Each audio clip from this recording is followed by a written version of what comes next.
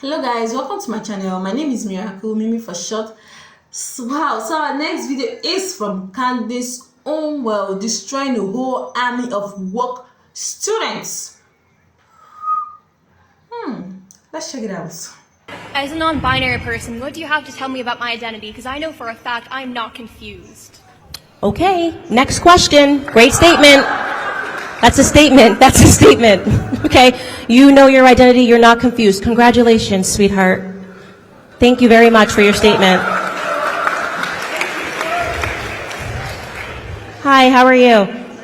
Hi, I was wondering where you got your statement, your statistic about people who transition, detransition, as well as that you are infertile after transitioning. Because I myself take hormones. I do testosterone injections, and I've gone through a lot of doctors, and none of them told me that was true. Okay, so on my podcast, I actually cite all the sources. If you look up my name and my podcast, you can, it's in so many articles. And also, as I said, sexchangeregret.org actually lists all of these statistics with their sources. So obviously, I can't give you a hyperlink as I'm standing on the stage, but you can definitely find it on my podcast, and you can find it on sexchangeregret.com.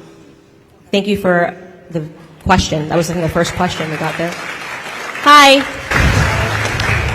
According to Britannica, the definition of the nuclear family has expanded with the advent of same-sex marriage. Children in nuclear families may be couples' biological or adopted offspring. Does this mean that the merch you sell supporting, nuclear families means that you support trans couples adopting, gay couples adopting, and spreading this rhetoric that you talk about? So you're talking about the expansion of definition. So right now they've expanded the definition of woman to include biological males. This gets back into what I was saying earlier about the left's controlling linguistics and just pretending that, okay, a nuclear family can now be two trans parents that are adopting a child. That is not the nuclear family unit that I am talking about. I believe that I am talking about marriage between a male and a female, which naturally and biologically produces children. So no, I do not take that new updated definition of what it means to be a woman or what it means to be a nuclear family. Are you seeing this? Thank you for your question, though. Somebody just kept her cool, and she just asked me the question. Hello, my question is a little bit of a different speed. Earlier today, you mentioned Patricia Cullors or somebody from the BLM movement, and you said that her only qualifying factors for speaking about different things and issues was because she was black. And during the White House hearing about white supremacy, you was on that, and a question was asked whether white supremacy is a threat or not, and your only qualification to speaking on that was being black. So what do you say to people that say you're being a hypocrite? Yeah, so I didn't say on this stage that Patricia's only qualification was being black. I said that people gave her tens of millions of dollars, had no idea where it was going to go, and were happy to do it because she was pirating. She just kept saying Black Lives Matter, Black Lives Matter. It was stupid. They lost their money. Bad investment. Oh well, too bad, so sad. Regarding qualifications to speak on what's harming Black America, you just have to be able to examine actual statistics, right? Are you telling me, would you honestly say that when you walked into this room today, you were afraid that white supremacy was going to kill you? I asked this to Black people to be honest. Are you afraid that a Klansman is going to come down the street on horseback and pick you up? Be honest. I'm personally not afraid. Okay, so that's it. So when I was speaking at the congressional testimony, I was saying my experience being black in America, I don't know any black people that are fearful to walk down the street because they think a Klansman's going to come get them, right? But I can list you tons of black people that grow up in poverty, that grow up in the hood, that grow up around gang culture, that are fearful. When you examine black on black crime rates, when I was just talking about illiteracy rates, I said that I could list 100 things the black community is suffering from today before I got to white supremacy, and yet the focus and the emphasis in the school system has been to brainwash us to believe that white people want to kill us around every single corner, and I think that that's a harmful ideology because it doesn't allow us to actually focus on the things that we're suffering from. Number one, I would say is father absence. We need to get our families back together. We have to stop letting the government raise us.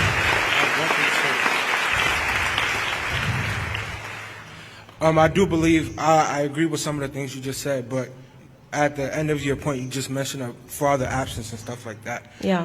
And studies are actually shows that black men who are actually in their home participate with their children more than any other race. Yeah. So Great. So what you just said is a fallacy then?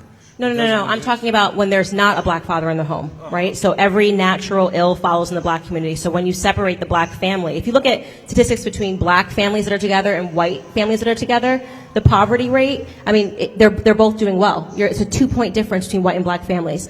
When you remove and you break down the black family, it's unbelievable, right? It's a pathway to prison. It's a pathway to illiteracy. So I'm only talking about broken down black families. I'm not saying when the black family unit is together. That brings us back to the Winslows, Family Matters, and the greatest show that was ever on television. I do want to get to more people. Thank you so much for your question. First of all, Hi. Hi. First of all, thank you for coming to the campus. Thank Second you. of all, I was wondering if you could speak a little bit more to your faith. As a Christian myself, I know you're a Christian.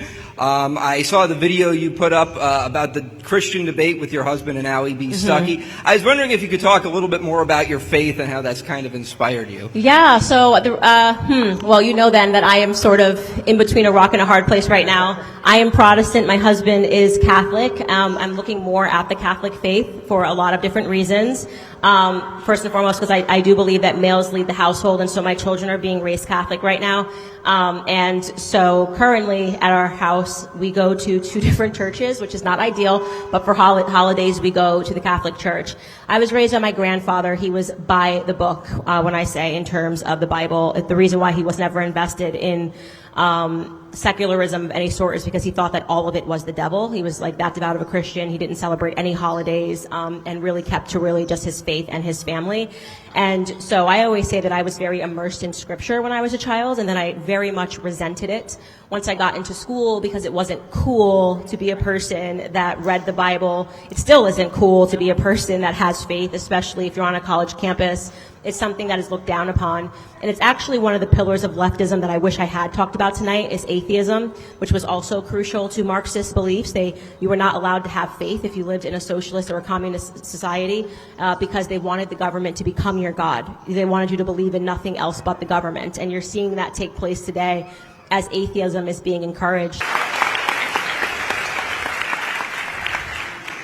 It's a pleasure to meet you. I've been wanting this for a while. So my name is Joshua. I am from Brentwood, New York. You guys should Google Joshua Chan, Brentwood, New York. Great person. I'm great. Anyway, so it's about health. I want to switch to healthcare. My favorite topic in the world. I love What's health. that? Healthcare. Healthcare. Okay. Great. Ms. Owens, I'd like to begin Disaster. by underscoring the importance of healthcare as a fundamental right. Many Americans, including working class white, black, Hispanic conservatives, believe that everyone should have access to quality healthcare without financial barriers. Additionally, as conservatives also prioritize fiscal responsibility, it's worth noting that the United States spends more money on healthcare than any developed nation, yet lags behind in health outcomes. It's a situation where it seems like we're paying too much and not getting enough in return. And this is the question now. Conservative healthcare policies have often emphasized individual choice and market-based solutions. However, it's been observed that private health insurance companies often prioritize profit margins over patient care and can lead to administrative inefficiencies. In contrast, universal healthcare systems, as seen in many developed countries, not only ensure that healthcare is a human right for all, but also achieve a greater cost-effectiveness and efficiency. From a moral and fiscal standpoint, it's a compelling argument to eliminate the middleman, reduce administrative costs, and negotiate lower drug prices to make healthcare more accessible and affordable for all Americans. Lastly, no one in this room likes their health insurance company. No one. Essentially, especially when the health insurance companies deny care. People like their doctor. Okay, I get it. Last question. Sorry. So, how can conservative healthcare policies align with these moral principles of equity and compassion and ensure that everyone can access healthcare without financial hardship? Okay. We're gonna do two more questions after this, maybe. Okay, that's a long one. 2 more, guys. I'm sorry, we're not gonna be able to get to all of you. So. First and foremost, the healthcare system is an absolute disaster. I have an entire episode where I sat down with someone and discussed this. People wrongly believe that what's currently happening is our healthcare in America is an example of capitalism and the free markets. It absolutely is not. It is the exact opposite. The fact that you walk in to a clinic, you don't know what anything costs. You're essentially blindfolded. You go to the hospital and then you get a magical bill and they say, oh, that Tylenol that you had, we didn't tell you it cost $400 for 1 tablet is just completely wrong. America is not an example of free markets and being able to actually choose. So that is the first problem, is that the bureaucracies Everything behind it just needs to completely die. If we actually had a free market solution to healthcare, and it's interesting because I'm married to someone that's from the UK, where yes, they do have government-sponsored healthcare via the NHS, but it's a disaster, and they're all able to pay privately, and they're able to compete and give people the lower price. It's phenomenal. So an example of that Charlie Kirk always gives is LASIK surgery. Back when LASIK surgery was being covered by insurance, it was astronomical, the price to get your eyes fixed. And then insurance said, we'll no longer cover it. We consider it to be cosmetic. And now you can get your eyes fixed with LASIK for like $3,000. So it went from being $25,000 per eye to $3,000 because they allowed competition. So when health insurance companies were actually removed from the equation, it then became a free market environment, and doctors were going, okay, I'll compete, and here's how much I'm willing to do it for. So all of that needs to be disrupted so that doctors can actually compete for our dollars. And I think the health insurance companies are an absolute scam, and I hope that it collapses in the near future. So I'm trying to get 2 more questions. I'm sorry. You should just handle all these questions. Wow. Okay. Yeah, I get it. But health, it's an important topic, so I'm glad you brought it up. Conservatives never win the healthcare debate, just saying. And cry by the boomers. Hi. So you mentioned earlier about the importance of reading and how that helps people be more enlightened and speak and think more freely. What do you think about that when we're thinking about book bans happening in states like Florida? So I want to be careful because now we're getting a lot of books, and I'm not sure that they are the books that should be in classrooms, like White Fragility, which they're passing around, which is just really state topics that are being implanted into people's head. I'm talking about true education, like people actually learning hard academics and not fluffy ideologies. But what book ban are you talking about when they're banning like CRT? I believe there's been a variety of books related But they're not banning you from buying them. They're saying we're not going to have them in the school system. Yes, at school, totally libraries, fine. and it's also with LGBTQ plus books and related topics. For kindergartners, yeah. I think sexuality and little 5-year-olds don't mix. Wow. Did you see that lastly? Say sexuality and little 5-year-old don't mix. Wow. Kudos to you, Candace Owe. I love the way Candace Owe just said everything right. It's just so unfortunate where those ungodly teachers and professors corrupt the young mind. They are supposed to educate them. They are supposed to teach them or moralize and their way of life, teach them what to do, than for them to be harming themselves. But I'm just wondering how a young girl would just be taking testosterone for no just cause reason, be taking hormones for no reason. Why?